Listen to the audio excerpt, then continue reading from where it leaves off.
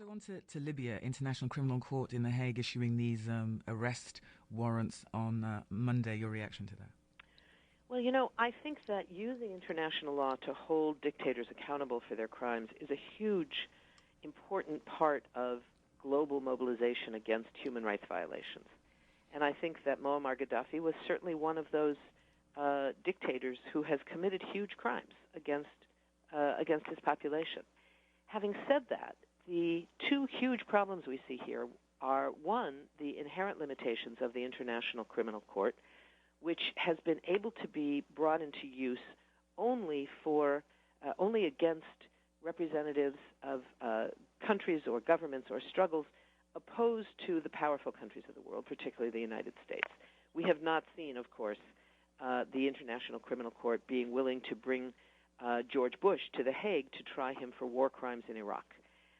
We have not seen the International Criminal Court so far, although hope springs eternal, to be used against Israeli war criminals responsible for the deaths of 1,400 Palestinians in the Gaza war 2 years ago. So I think that we see limitations. We see this kind of narrow ability to function. The second challenge that we face is that of timing.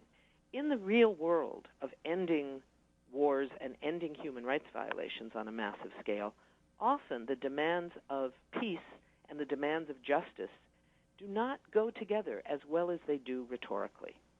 And that's a question of timing.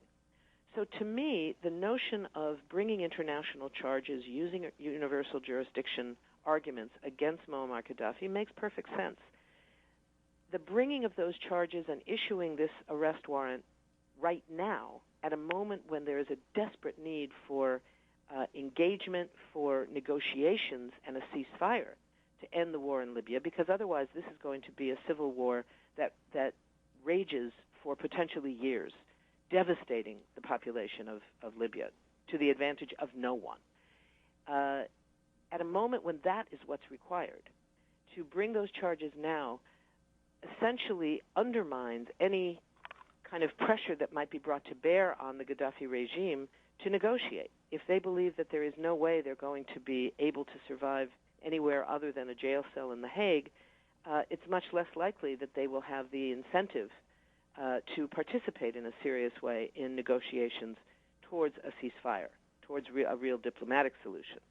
So the timing is very problematic. It's a very complicated issue. I'm not prepared to say that people in Libya who are desperate to hold their government accountable should be denied the opportunity to do so in the International Criminal Court or elsewhere.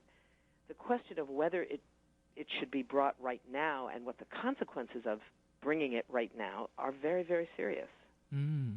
Powerful, thoughtful analysis. As always, Phyllis Bennis, Director of the New Internationalism Program at the Institute for Policy Studies in Washington, D.C., also the author of several books. Thank you so much for joining us. Thank you, Phyllis. Thank you. It's been a pleasure.